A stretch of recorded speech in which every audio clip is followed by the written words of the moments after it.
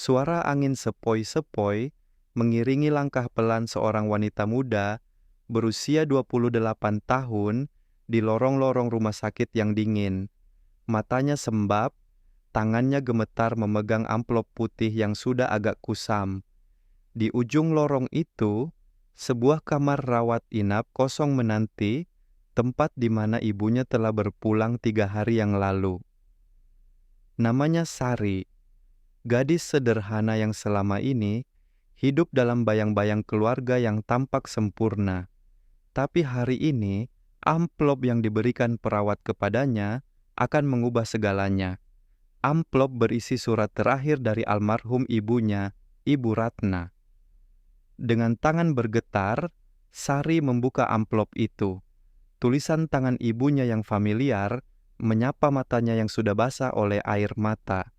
Baris pertama surat itu berbunyi, "Anakku Sari, maafkan mama yang selama ini menyimpan rahasia besar tentang ayahmu yang sebenarnya, dan disinilah semuanya dimulai. Sebuah rahasia yang akan mengguncang fondasi kehidupan Sari, mengoyak hatinya, namun pada akhirnya akan menuntunnya pada kebenaran yang selama ini tersembunyi." Malam itu hujan turun dengan derasnya di kota kecil tempat Sari tinggal. Suara tetesan air hujan di genteng rumah kontrakannya seperti mengiringi gejolak hati yang tengah ia rasakan.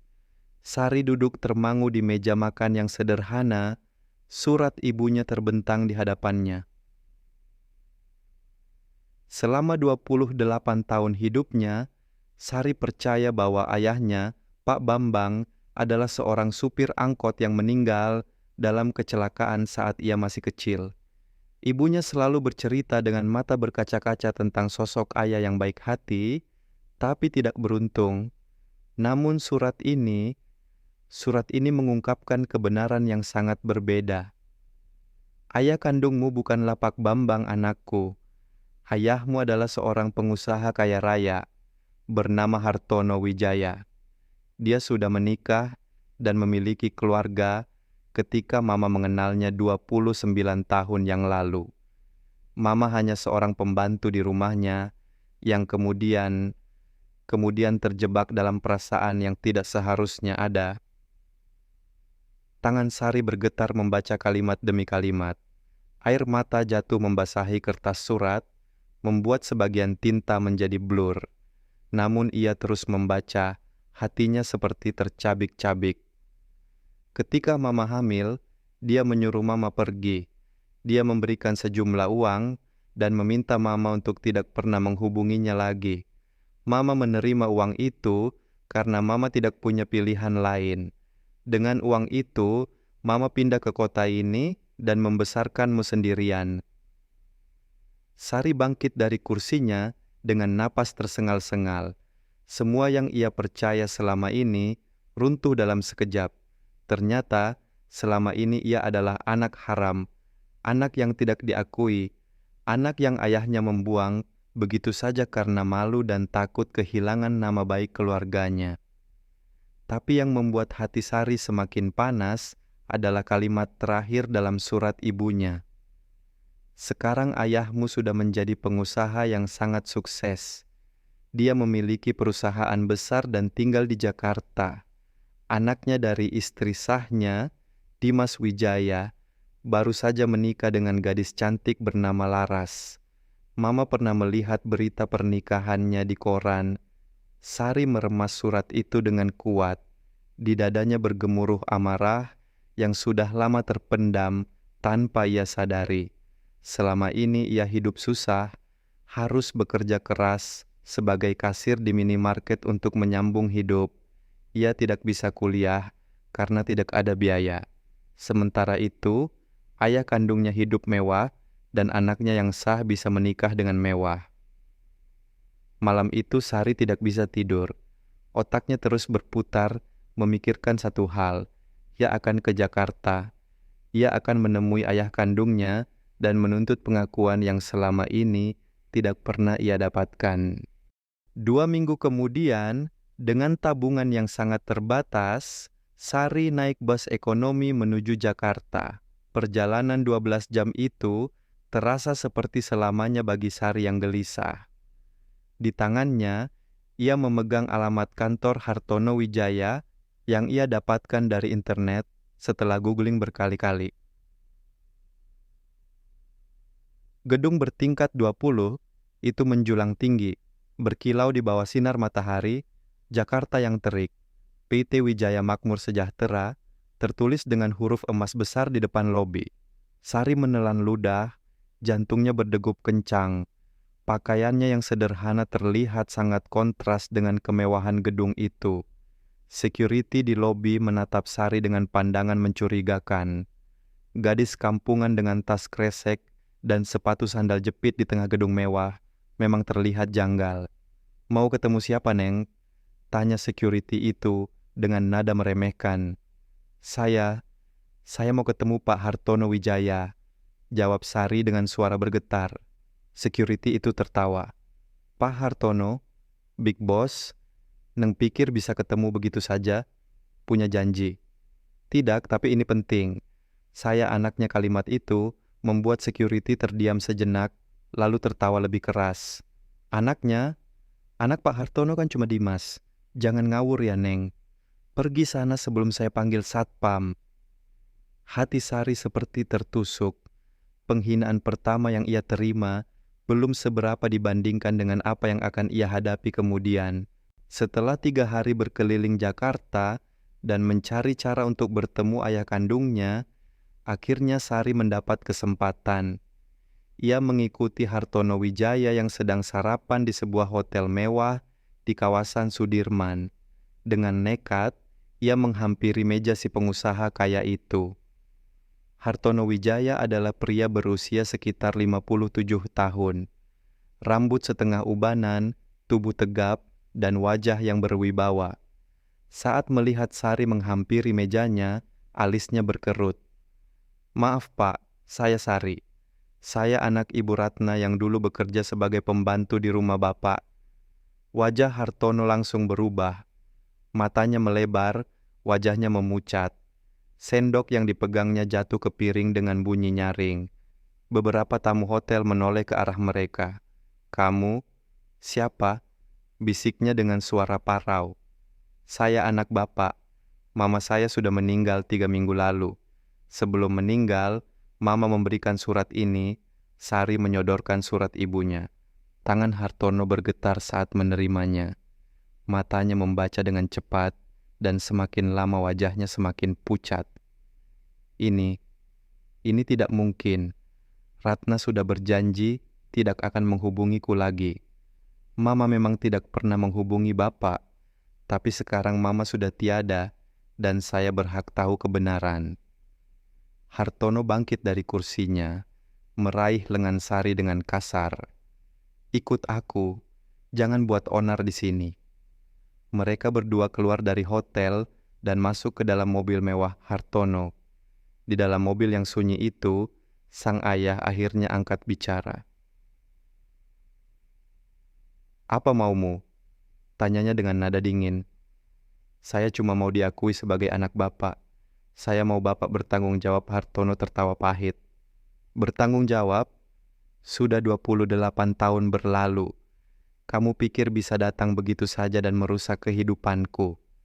Selama 28 tahun itu, saya hidup susah, Pak.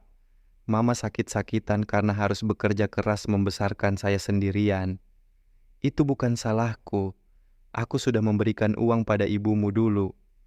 Kalimat itu membuat darah Sari naik ke ubun-ubun. Betapa kejamnya pria ini.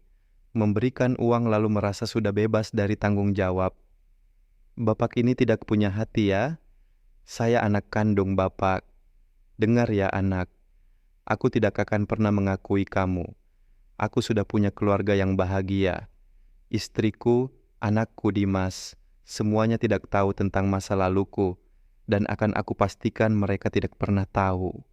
Mobil berhenti di depan stasiun. Hartono mengeluarkan dompetnya dan menyodorkan beberapa lembar uang. "Ini uang untuk ongkos pulang. Pergi dan jangan pernah muncul lagi di hadapanku." Sari menatap uang itu dengan mata berkaca-kaca. Bapak pikir semua bisa diselesaikan dengan uang? Ya, karena orang-orang seperti kalian memang hanya mengerti uang. Tamparan keras mendarat di pipi Hartono. Sari sudah tidak tahan dengan penghinaan demi penghinaan yang ia terima. Bapak yang tidak tahu apa-apa tentang kami, Mama tidak pernah meminta sepeser pun dari Bapak selama 28 tahun ini. Kami hidup dengan harga diri. Hartono memegang pipinya yang memerah, matanya menatap Sari dengan campuran amarah dan mungkin sedikit penyesalan. Keluar dari mobilku sekarang juga. Sari keluar dari mobil dengan hati yang hancur berkeping-keping. Ia berjalan tanpa arah di jalanan Jakarta yang ramai.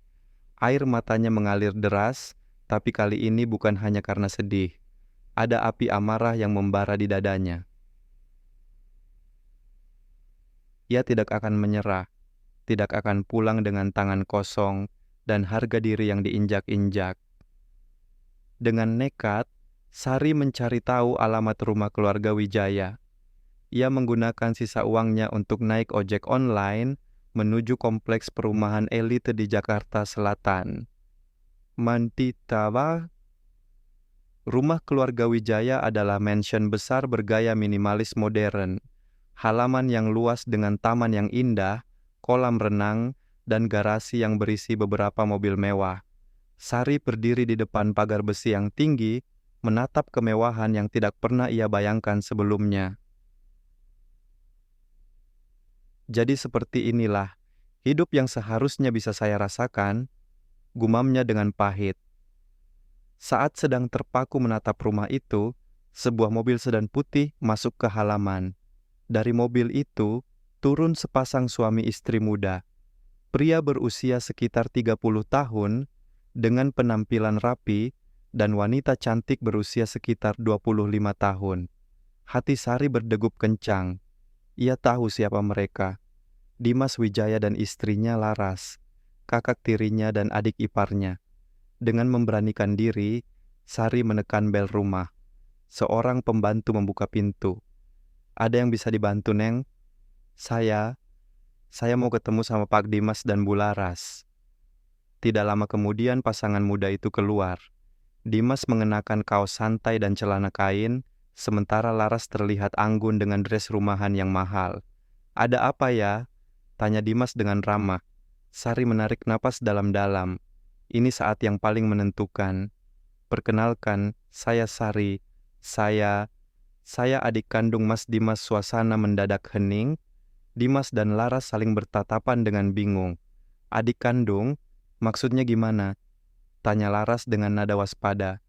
"Ayah saya dan Mas Dimas sama, Pak Hartono Wijaya." Dimas tertawa, tapi tawanya terdengar paksa.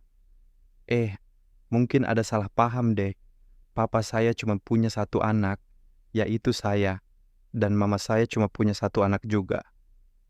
Mama saya dulu pembantu di rumah ini, namanya Ratna. 29 tahun lalu dia hamil anak Pak Hartono." Wajah Dimas mulai berubah. Ia seperti mencoba mengingat sesuatu. "Tunggu, Ratna, pembantu yang tiba-tiba hilang dulu?" Sari mengangguk. Ia mengeluarkan surat ibunya dan foto lama ibunya dengan Hartono. Laras mengambil foto itu dengan tangan bergetar. Di foto itu, terlihat Hartono yang masih muda sedang tersenyum bersama seorang wanita cantik. Mereka berdua terlihat bahagia. "Oh my God," bisik Laras. "Dimas, ini papa kamu kan?"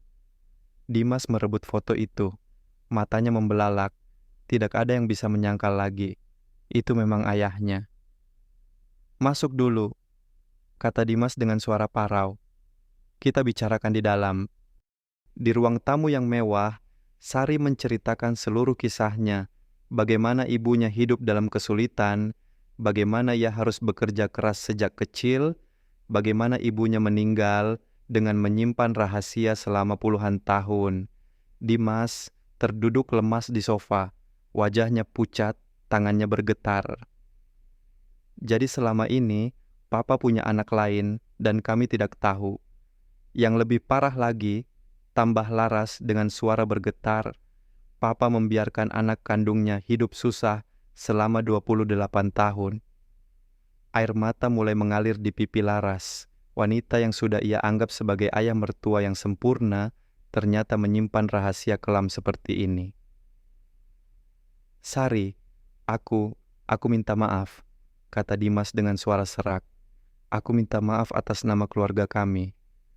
Sari ikut menangis. Ini pertama kalinya ada yang meminta maaf padanya dengan tulus. Mas Dimas tidak perlu minta maaf. Mas Dimas juga korban. Kita sama-sama tidak tahu kebenaran. Tiba-tiba terdengar suara mobil masuk ke halaman. Hartono pulang kantor. Dimas bangkit dengan mata memerah. Sekarang saatnya Papa menjelaskan semuanya. Hartono masuk ke rumah dengan wajah riang. Namun riangnya langsung hilang ketika melihat Sari duduk di ruang tamunya. "Kamu, kenapa kamu di sini?" bentaknya. "Papa." Dimas bangkit dengan emosi. "Jadi benar, Sari ini adik kandung aku?" Hartono terdiam. Matanya bergulir dari Dimas ke Laras, lalu ke Sari. "Dimas, ini bisa dijelaskan. Dijelaskan bagaimana, Pak?" Laras ikut berdiri. "Bapak punya anak kandung, tapi tidak pernah bertanggung jawab." Hartono duduk dengan wajah kalut. Untuk pertama kalinya, pria kuat itu terlihat rapuh. Itu masa lalu. Aku muda dan bodoh dulu. Masa lalu." Dimas menggeleng keras. "Papa, ini adik kandung aku, darah daging Papa sendiri. Dan selama 28 tahun, dia hidup susah sementara kita hidup mewah." Tambah Laras dengan air mata mengalir. Sari hanya diam memperhatikan keluarga yang baru ia kenal ini bertengkar. Hatinya campur aduk antara sedih, lega, dan masih ada sisa amarah. Hartono mengangkat wajahnya menatap Sari. "Apa maumu? Uang, berapa yang kamu mau?" Dimas langsung menampar ayahnya. "Papa masih saja pikir ini soal uang, ini soal keluarga, ini soal tanggung jawab."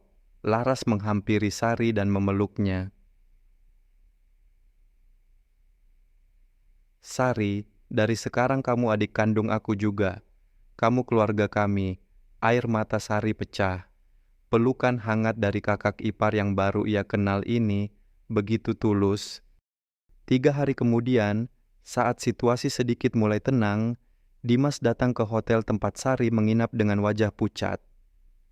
"Sari, ada yang harus aku tunjukkan padamu." Mereka pergi ke sebuah bank. Di sana, Dimas membuka sebuah safety deposit box.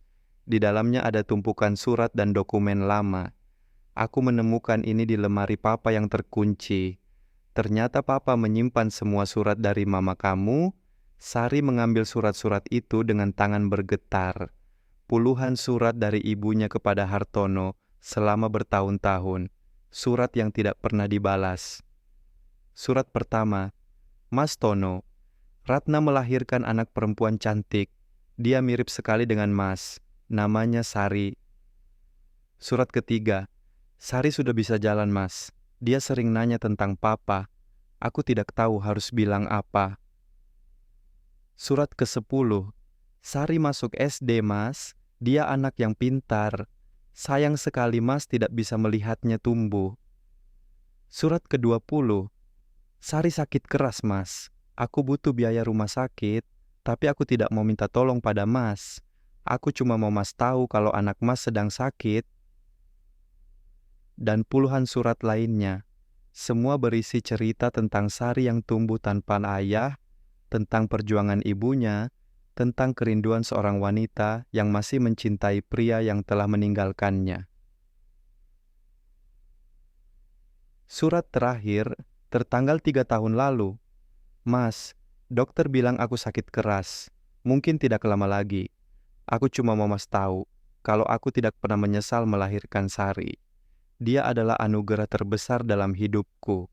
Dan meskipun Mas tidak pernah mau mengakuinya, Sari tetap anak Mas. Suatu hari nanti, kalau aku sudah tiada, tolong jaga dia. Dia anak yang baik." Sari jatuh terduduk di lantai bank. Air matanya mengalir deras. Ternyata ibunya terus mengirim surat selama puluhan tahun, terus berharap bahwa suatu hari ayahnya akan peduli. "Papa tahu mama kamu sakit," kata Dimas dengan suara parau. "Papa tahu semuanya, tapi papa memilih tutup mata."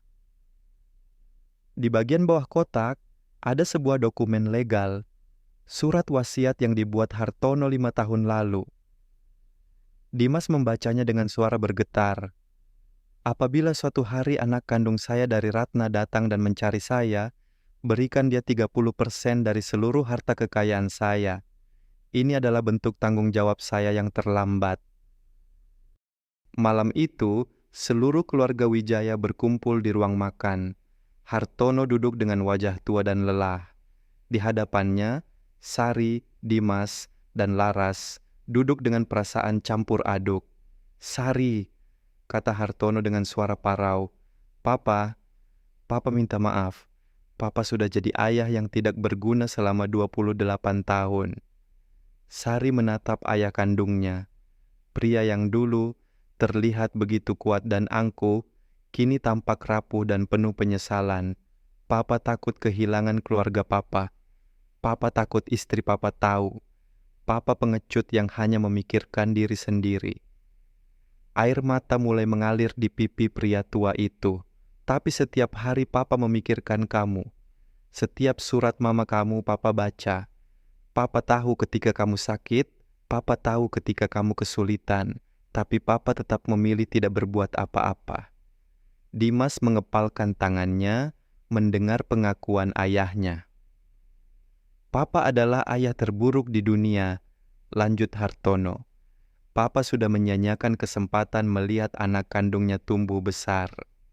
Suasana hening, hanya terdengar suara tangisan pelan. Sari bangkit dari kursinya dan menghampiri ayahnya. Dengan perlahan, ia memeluk pria tua itu. "Papa, aku sudah tidak marah lagi. Aku capek kalau terus marah. Yang penting sekarang kita sudah bertemu." Hartono membalas pelukan putrinya dengan erat. Pelukan pertama antara ayah dan anak setelah 28 tahun.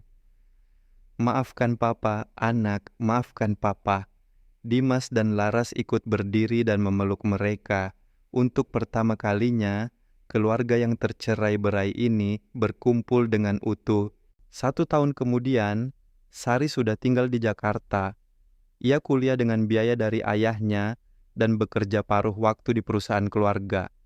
Tidak mudah memang membangun hubungan keluarga yang terlambat 28 tahun, tapi mereka semua berusaha. Hartono, yang dulunya keras dan tertutup, kini menjadi ayah yang perhatian. Ia sering mengajak Sari makan siang bersama, menanyakan kuliahnya, dan yang paling penting, ia sering menceritakan tentang almarhum Ratna dengan penuh kerinduan. "Papa sampai sekarang masih menyimpan foto mama kamu di dompet," katanya suatu hari. "Papa tahu ini terlambat, tapi papa benar-benar mencintai mama kamu dulu. Papa hanya terlalu pengecut untuk mempertahankan cinta itu." Dimas dan Laras menjadi kakak dan kakak ipar yang luar biasa bagi Sari. Mereka sering mengajak Sari liburan bersama dan mengenalkannya pada teman-teman mereka sebagai adik kandung dengan bangga. Suatu sore, saat Sari sedang belajar di kamarnya yang baru di rumah keluarga Wijaya, Hartono mengetuk pintu. "Ada yang ingin papa tunjukkan pada kamu." Mereka pergi ke taman belakang rumah. Di sana, ada sebuah nisan marmer putih yang indah. Tertulis, "Ratna Sari, wanita terhebat, ibu terbaik, cinta sejati." "Papa memindahkan makam mama kamu ke sini. Sekarang mama kamu di rumah bersama keluarga." Sari berlutut di depan makam ibunya, air mata mengalir dengan deras. "Ma, akhirnya kita dapat keluarga yang utuh. Maafin Sari yang dulu sering marah, kenapa mama tidak bilang siapa ayah Sari. Sekarang Sari paham, mama melindungi Sari dengan caramu sendiri." Hartono ikut berlutut di samping putrinya. "Ratna, papa sudah bertemu dengan anak kita. Dia cantik sekali, persis seperti kamu. dan dia baik hati, persis seperti kamu juga. Maafkan papa yang baru berani mengakuinya sekarang. Papa akan jaga dia sebaik-baiknya. Angin sore bertiup pelan, seolah-olah arwah Ratna memberikan restu untuk kebahagiaan keluarga yang akhirnya bersatu ini.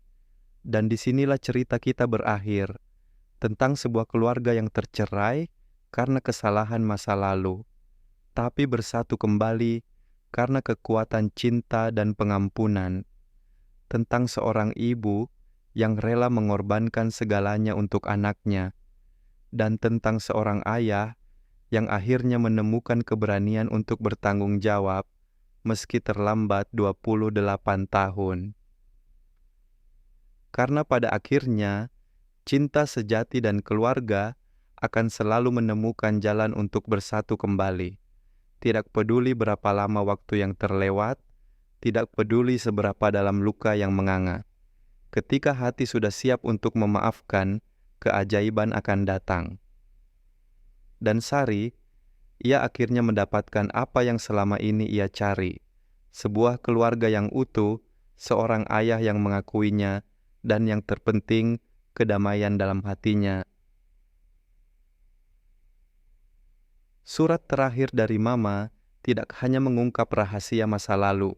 Surat itu juga menjadi jembatan yang menghubungkan masa lalu yang kelam dengan masa depan yang penuh harapan. Inilah kisah keluarga Wijaya. Kisah yang mengajarkan kita bahwa tidak ada kata terlambat untuk memperbaiki kesalahan dan tidak ada cinta yang lebih kuat dari cinta keluarga. Satu